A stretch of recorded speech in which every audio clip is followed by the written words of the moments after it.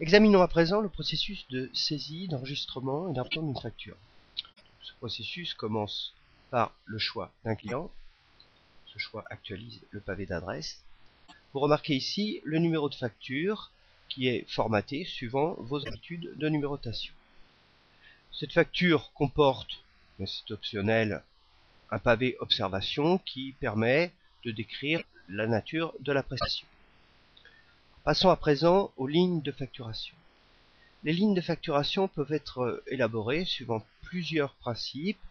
Alors, nous avons ici par exemple la possibilité de choisir un article défini dans le tableau d'articles que nous vous avons présenté.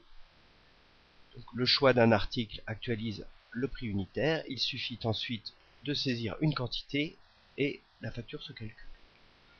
Il est possible également d'avoir une saisie libre avec saisie libre du montant et de la quantité. Vous remarquez dans le pied de facture le calcul d'une date d'échéance. Cette date d'échéance peut être calculée évidemment suivant les règles d'échéance en vigueur dans votre activité. Lorsque la facture est terminée, nous pouvons l'imprimer directement. Nous pouvons également l'enregistrer dans un fichier PDF. Je clique ici sur le bouton PDF.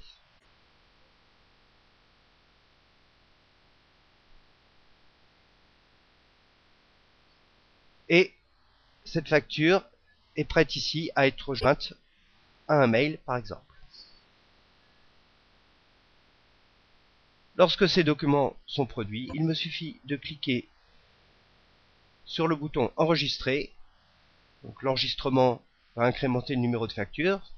Ah, vous savez que les factures sont incrémentées, les numéros sont incrémentés de 1 en 1, donc suivant la loi. Il suffit ici de confirmer et ça y est.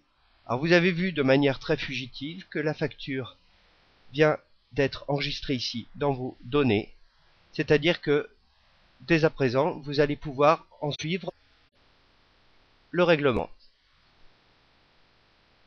Alors au passage, vous remarquez que des formats permettent de discerner à l'affichage les factures ici en vert et les factures non réglées en orange.